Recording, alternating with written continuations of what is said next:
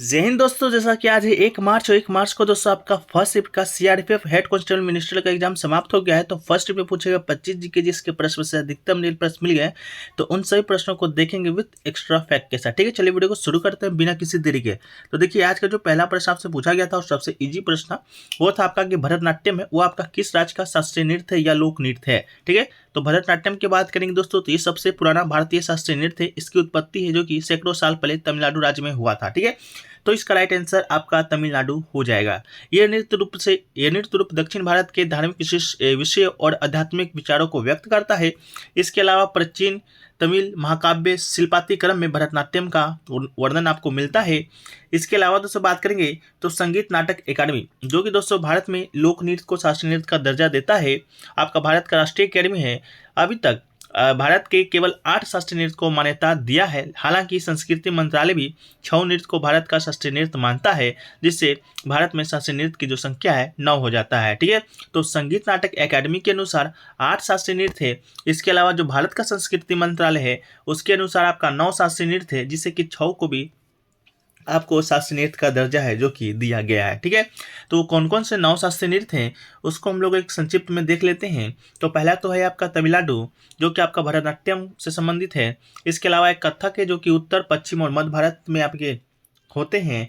इसके अलावा कथकली आपका केरल का है, कुचिपुड़ी दोस्तों आपका आंध्र प्रदेश का है, ओडिसी दोस्तों आपका उड़ीसा का है, मणिपुरी दोस्तों आपका मणिपुर का है, मोहिनीअट्टम दोस्तों आपका केरल का है और आपका सतरिया दोस्तों आपका असम का है। इसके बाद दोस्तों एक जो अभी छऊ का जो जिक्र हुआ है वो दोस्तों आपका वो पूर्वी भारत के श्रेणी में भी रखा गया है, तो इसका छऊ दोस्तों आपका पूर्वी भारत हो जाएगा। तो ये भारत में दोस्तों आपका 9 शास्त्रीय नृत्य थे जो कि दोस्तों आपका भारतीय संस्कृति मंत्रालय के द्वारा मान्यता प्राप्त है।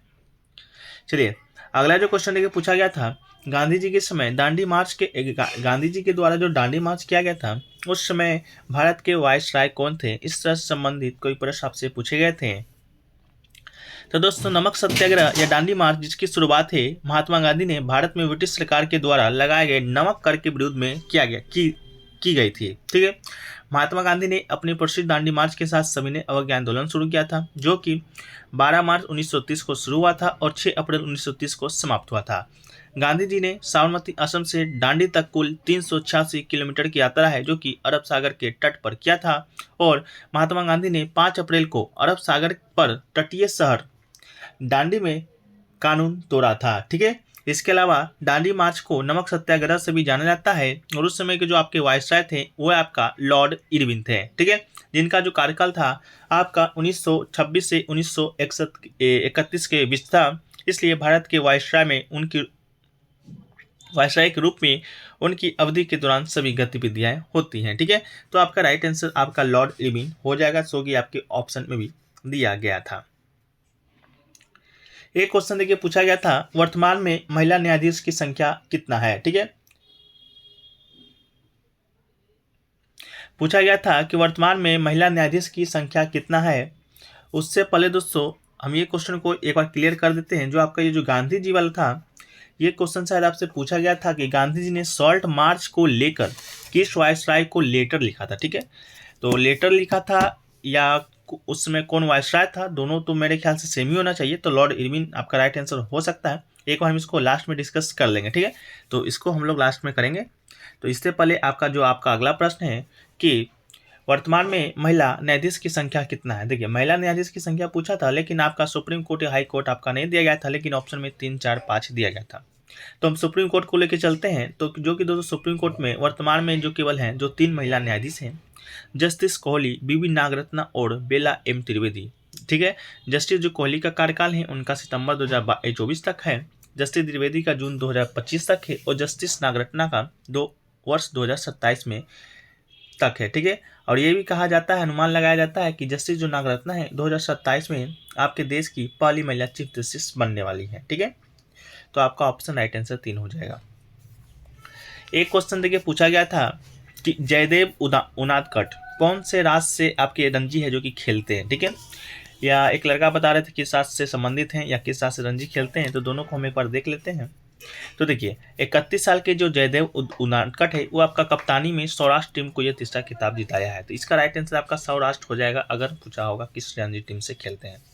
उन्होंने रणजी ट्रॉफी 2022-23 में खिताब जीतने वाले 19-20 में रणजी ट्रॉफी और 22 में विजय हजारे ट्रॉफी पर आपका कब्जा जमाया था। ठीक है, इसके अलावा दोस्तों आपको बता दें रणजीदेव उदानकट का, तो इनका जो जन्म है आपका 18 अक्टूबर 1991 को पोरबंदर गुजरात में हुआ था। उनके पिता का नाम दीपक उदानकट है। उन्होंने अपनी जो शुरुआती पढ़ाई है सेंट मैरी स्कूल पोरबंदर से किया था। 16 दिसंबर 2010 को उन्होंने दक्षिण अफ्रीका के खिलाफ टेस्ट क्रिकेट में पदार्पण किया था। ठीक है, अगला जो क्वेश्चन आपसे पूछा गया था, संगीत के कितने प्रकार होते हैं। तो भारतीय संगीत की बात करेंगे दोस्तों, तो भारतीय संगीत को सामान्यतः 3 भागों में बांटा जाता है। पहला तो आपका शास्त्रीय संगीत है, जो कि इसे मार्गवी कहा जाता है। इसके अलावा एक उप शास्त्रीय संगीत, इसके अलावा सुगम संगीत। तो ऑप्शन में आपका 3 दिया गया था, तो मेरे ख्याल से आपका 3 राइट आंसर हो जाएगा। एक क्वेश्चन देखिए पूछा गया था, पंजाब नेशनल बैंक से संबंधित आपका एक कथन टाइप का क्वेश्चन पूछा गया था कि इनमें से कौन सा आपका कथन सही है। तो उनमें से एक ऑप्शन आपका सही था कि पंजाब नेशनल बैंक की जो स्थापना है आपका 19 मई 1894 को हुआ है। ठीक है सर, ये आपका सही था, ये गलत था, आप लोग कमेंट सेक्शन में बता दीजिएगा, लेकिन स्थापना आपका 19 मई 1894 को हुआ है। इसके अलावा पंजाब नेशनल बैंक की बात करेंगे तो इसकी स्थापना है जो कि दयाल सिंह मजीठिया, लाला लाजपत राय ने किया था। इसके अलावा पीएनबी के संस्थापकों में स्वदेशी आंदोलन के भी कई नेता शामिल थे, जैसे दयाल सिंह मजीठिया और लाला हरकिशन लाला लालचंद काली प्रश्न रॉय, इसी जयसवाल, प्रभु दसवाल, बख्शी जयसीराम और ढोलन दोषी। ठीक है, इसके अलावा मुख्य तौर पर बात करें तो लाल को जो कि वाणिज्य और उद्योग संबंधी विचारों के साथ इंग्लैंड से लौटे थे, उन्हें व्यावहारिक रूप से उत्सुक थे और पीएनबी का जन्म आपका 19 मई 1894 को किया था। ये पंजाब नेशनल बैंक है जो कि भारत का सबसे पुराना और एक प्रमुख बैंक है। इसके अलावा वर्तमान में इनके अध्यक्ष की बात करेंगे तो अतुल कुमार गोयल इसके वर्तमान में अध्यक्ष हैं। ठीक है, चलिए एक क्वेश्चन है कि पूछा गया था, हड़प्पा सभ्यता में किस असल से अस्थि पंजर मिला है या किसका अस्थि पंजर मिला है, इस टाइप का कोई क्वेश्चन पूछा गया था। हालांकि क्वेश्चन का लैंग्वेज क्लियर नहीं है, लेकिन विभिन्न सिंधु स्थलों से प्राप्त जो अस्थि मंजर है जो कि निम्न प्रजातियों से संबंधित है। पहला तो आपका है प्रोटो ऑस्ट्रेलाइट, जिसे कि काकेशियन भी कहा जाता है, भूमध्य सागरीय, मंगोलियन तथा अल्पाइन। सबसे अधिक जो अस्थि पंजर है वो आपके भूमध्य सागर से मिले हैं। ठीक है, तो इन तीनों में अगर कोई ऑप्शन होगा तो आपका राइट आंसर हो जाएगा। एक क्वेश्चन देखिए पूछा गया था, रणजी ट्रॉफी 2022 का विजेता कौन है।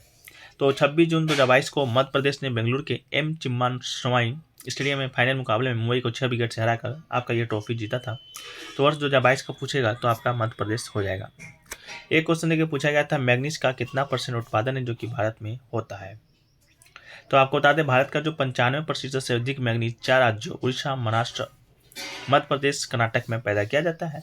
तो इससे भी संबंधित आपके प्रश्न पूछे गए थे मैग्नीज। ठीक है, इसके अलावा बात करें आपका, हमारे देश में मैग्नीज का सर्वाधिक भंडार आपका उड़ीसा में है, जो कि और सर्वाधिक उत्पादक राज्य आपका मध्य प्रदेश है। भंडार उड़ीसा में, लेकिन उत्पादक आपका मध्य प्रदेश में। इस फैक्ट को भी आप याद रखिएगा। एक क्वेश्चन देखिए पूछा गया था, निवारण केंद्र से संबंधित कोई प्रश्न, तो जिसका राइट आंसर आपका 49 था। तो जो लोग भी एग्जाम दे कर आ रहे हैं, क्वेश्चन को आप लोग पूरा कमेंट सेक्शन में जरूर बता दीजिएगा। ठीक है, चलिए एक क्वेश्चन देखिए पूछा गया था, महिला सक्षम अधिनियम से संबंधित कोई प्रश्न शायद पूछा गया था, तो ये प्रश्न आपका क्लियर नहीं है। एक क्वेश्चन देखिए पूछा गया था, उष्णकटिबंधीय क्षेत्र भारत के किस स्थान में पाए जाते हैं। ठीक है, तो उष्णकटिबंधीय कांटेदार वन उन भागों में पाए जाते हैं जहां वर्षा 50 सेंटीमीटर से कम होती है। इन वनों में कई प्रकार के घास और झाड़ियां शामिल हैं। इसमें दक्षिण पश्चिम पंजाब, हरियाणा, राजस्थान, गुजरात, मध्य प्रदेश, उत्तर प्रदेश के अर्ध शुष्क क्षेत्र शामिल हैं। ठीक है, चलिए एक क्वेश्चन देखिए पूछा गया था, अमीबा किस प्रकार का जीव है। क्या अमीबा से संबंधित आपका प्रश्न तो है जो कि आज के शिफ्ट में पूछा गया है। तो अमीबा जीव वैज्ञानिक वर्गीकरण में एक वंश है तथा इस वंश के सदस्यों को भी प्राय अमीबा कहा जाता है। अत्यंत सरल प्रकार का एक प्रजीव यानी कि प्रोटोजोआ है, जिसकी अधिकांश जातियां नदियों, तालाबों, मीठे पानी की झीलों, पोखरों और पानी के गड्ढों में पाई जाती हैं। ठीक है, एक क्वेश्चन ये पूछा गया था कि हाल ही में भारत ने व्यापार बढ़ाने के उद्देश्य से किस देश के साथ समझौता किया है। तो भारत तो दोस्तों आए दिन आपके बहुत सारे देशों के साथ समझौता करता है, लेकिन किस क्षेत्र में किया है, क्या नहीं किया है, क्वेश्चन का लैंग्वेज तो क्लियर नहीं है। लेकिन आपका हाल ही में जो भारत है आपका संयुक्त अरब अमीरात के साथ आपका एक समझौता किया है व्यापारिक।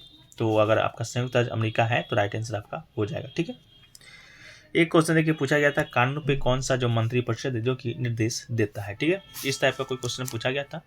तो इस प्रकार करके कोई आपका क्वेश्चन पूछा गया था। लैंग्वेज थोड़ा क्वेश्चन हार्ड लेवल का था, इसलिए आपका जो लैंग्वेज है आपका स्टूडेंट बताने में थोड़ा सा असमर्थ है। तो जो लोग भी, अगर आप लोग एग्ज़ाम देकर आ रहे हैं, अगर आपको मालूम है तो आप लोग ज़रूर बताइएगा कि क्या क्या पूछा गया था आपका लैंग्वेज सुधार कर। तो अगर आपको मालूम होगा तो ठीक है, तो आप लोग की बहुत मेहरबानी होगी अगर आप जो भी लोग आप आते हैं एग्ज़ाम और क्वेश्चन को कमेंट सेक्शन में कर देते हैं, जिससे कि पीडीएफ बनाने में और पीडीएफ में शामिल करने में क्वेश्चन आसानी होता है। ठीक है,